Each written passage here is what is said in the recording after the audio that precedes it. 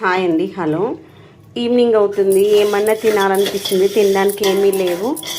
ఏం తిందామా అని ఆలోచిస్తే సడన్గా సేమియా ఉప్మా చేసుకోవచ్చు కదా అని అనిపించింది. అందుకోసం అయితే సేమియాని నెయ్యి వేసేసి మంచిగా రోస్ట్ చేసేసుకుంటున్నాను.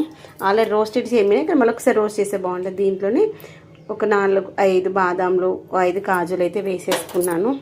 వాటి కూడా ఫస్ట్ వేయించేసి పక్కన పెట్టేసుకున్నాను.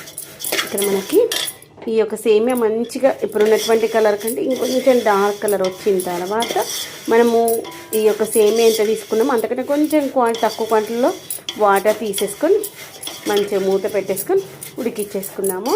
ఆ లోపల మనము కొన్ని సరిపోతుంది. ఈ యొక్క సేమియా మంచిగా రోస్ట్ అయితే సేమియా ఉప్మా కానీ సేమియా స్వీట్ కానీ బాగుంటుంది. మస్తు రోల్ అయితే నిజం చేయక సేమియా స్వీట్ కానీ సేమియా ఉప్మాలు కానీ చేసుకోక చాలా మంచి అవుతుంది. అసలు బ్రేక్ సేమియాని అయితే ఆల్మోస్ట్ ఉడికిపోయినట్టు. ఇంతకంటే ఎక్కువ ఉడికితే బాగుండదు.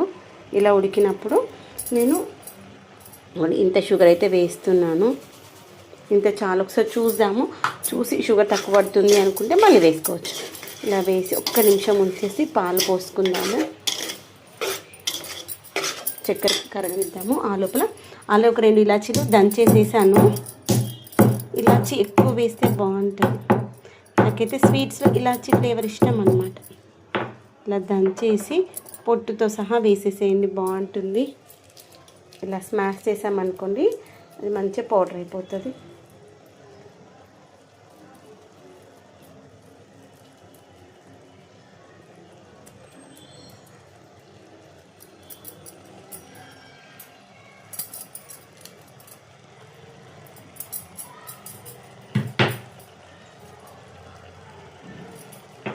ఫైనల్గా అయితే సేమియా రెడీ అయిపోయింది. చాలు, స్టవ్ బంద్ చేస్తాను. అఖిల్ లేపితే అసలు లేవట్లేడు. అఖిల్ లేసినాక తింటాడు.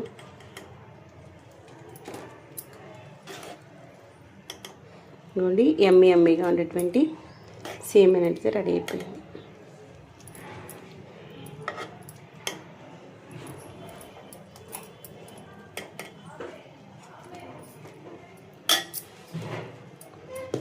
ఇలా అన్ని ప్లేట్లలో పెట్టేసుకొని సర్వ్ చేసేసుకుందాం.